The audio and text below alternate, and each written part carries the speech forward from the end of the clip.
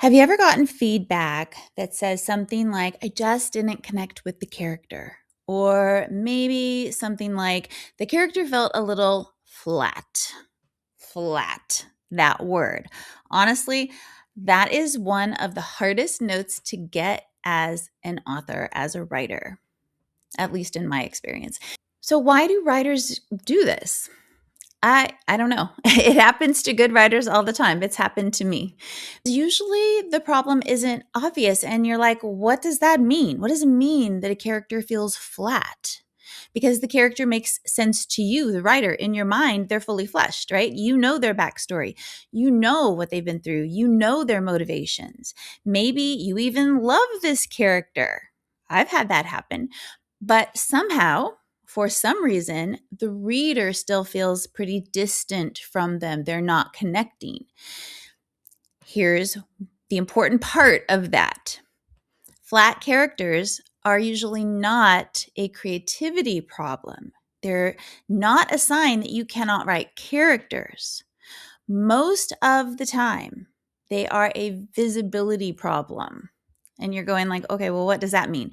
What it means is the reader cannot fully see or experience the character yet. So the character isn't really visible to them there. It's not connectable.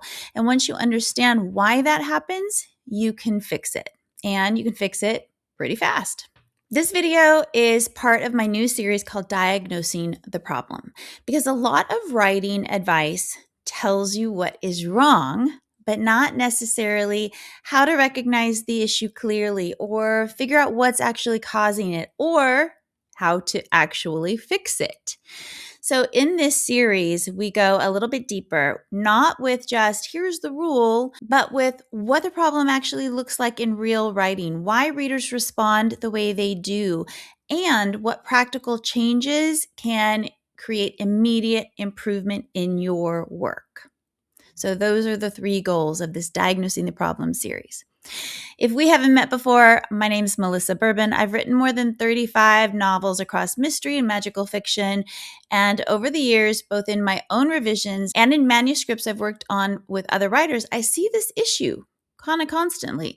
And the interesting thing is that flat characters are sitting inside really good writing. The prose is good. The plot is interesting. The world building, works.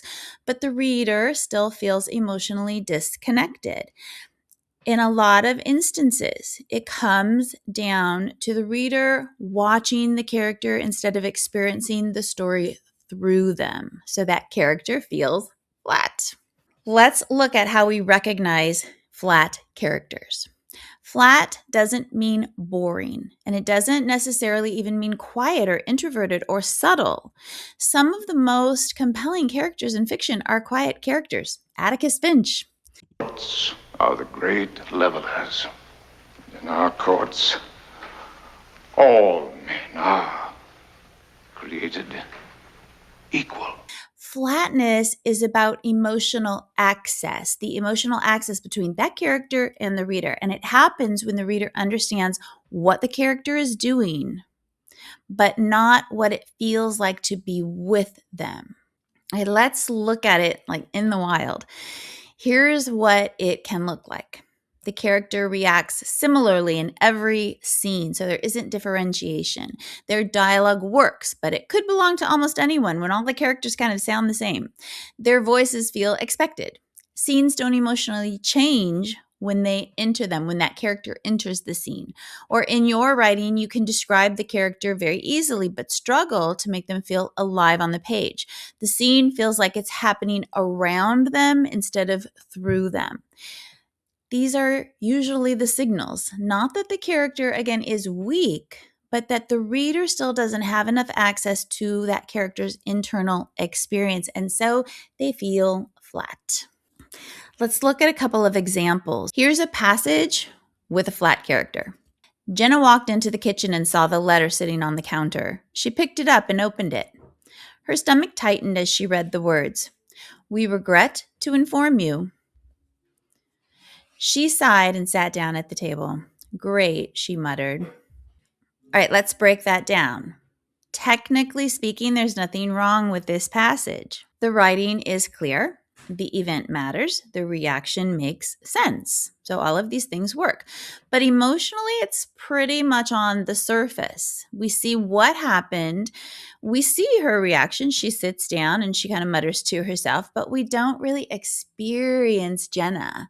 So this could happen to almost anyone reacting to this news. There's no specific emotional interpretation that's shaping this moment for Jenna. Let's look at a richer version that kind of deals with that flat character. So instead of a flat character, we have more of a layered character. Jenna spotted the envelope before she even stepped fully into the kitchen. Thin, white, folded twice. Her mother had always said rejection letters came in thin envelopes. For one ridiculous second, Jenna considered walking back out of the room and pretending she hadn't seen it. But the electric bill was already 3 weeks late, and hope was getting expensive. She tore the envelope open. We regret to inform you. A laugh escaped her throat before she could stop it, sharp and breathless. Of course. Apparently, even the universe had started recycling its disappointments. Let's break down this rewrite of that passage. Let's look at the difference. It's the same basic events, but in the rewrite, the scene has interpretation, emotional context, specific perspective, personal meaning. The character is shaping the scene, not just moving through it. And that is where dimensionality really starts happening. Dimensionality meaning the character is evolving into a multifaceted character. Let's look at it a little more specifically. Green represents interpretation. Thin, white, folded twice. Her mother had always said rejection letters came in thin envelopes. This is interpretation because Jenna is not only just seeing the envelope, she's giving or assigning meaning to it immediately. So this detail is really filtered through that internal lens and from her memory. So the envelope is becoming emotionally loaded before it's even open. That is interpretation. Yellow, personal meaning and emotional stakes. For one ridiculous second, Jenna considered walking back out of the room and pretending she hadn't seen it. But the electric bill was already 3 weeks late, and hope was getting expensive. This is where the scene becomes personally consequential. We understand now what this means to her life, what is emotionally at stake, and why this matters beyond just bad news. The line about hope getting expensive is especially important because it transforms the rejection from an event into this accumulated sort of emotional exhaustion, and that is personal meaning. And then pink is the specific perspective and voice. A laugh escaped her throat before she could stop it, sharp and breathless. Of course, apparently the universe had started recycling its disappointments. This is tied to Jenna very specifically. A different character might cry. Someone else might get angry. Another one might spiral. But this character, Jenna, responds with bitter humor and self-aware cynicism. And that creates individuality about her specifically. So that's perspective and voice shaping the reaction. Notice that none of these things changes the plot event itself. The only thing that changed was the reader's access to the character's internal experience.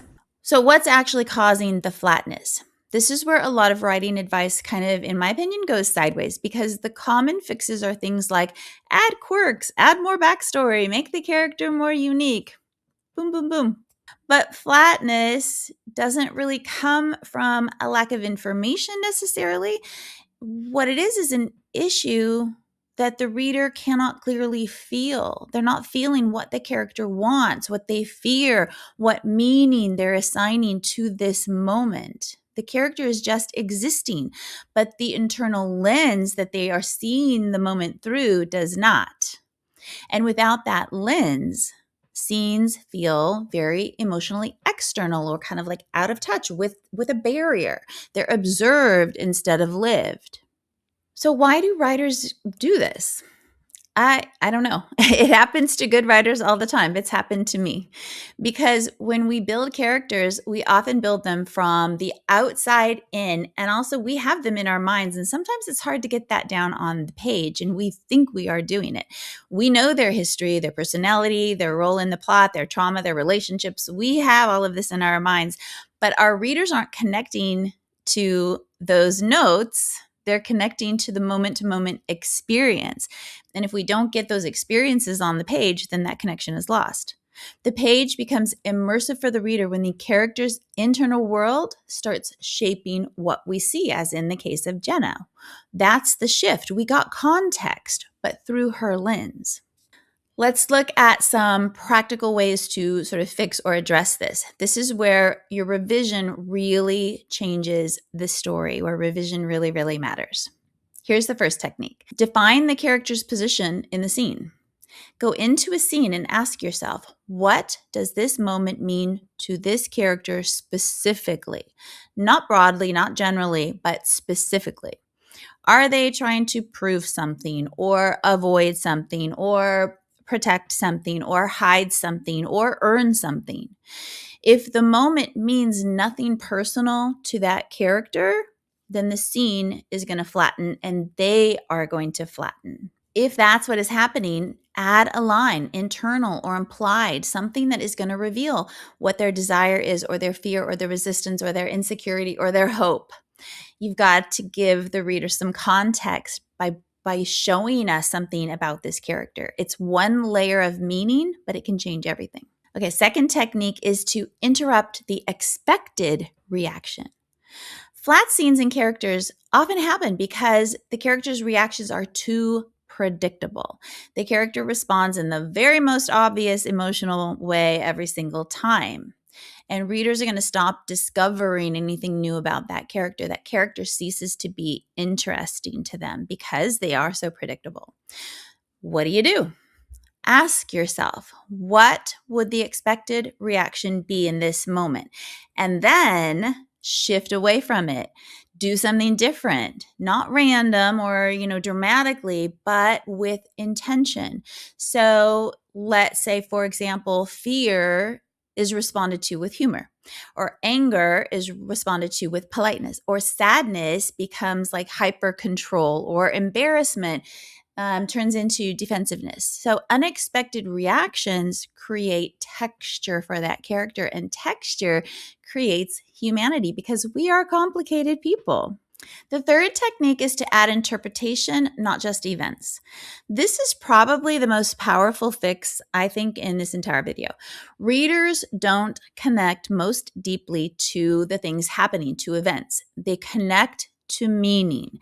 So instead of only showing what happened, the event, we also want to show what the character believes the event means.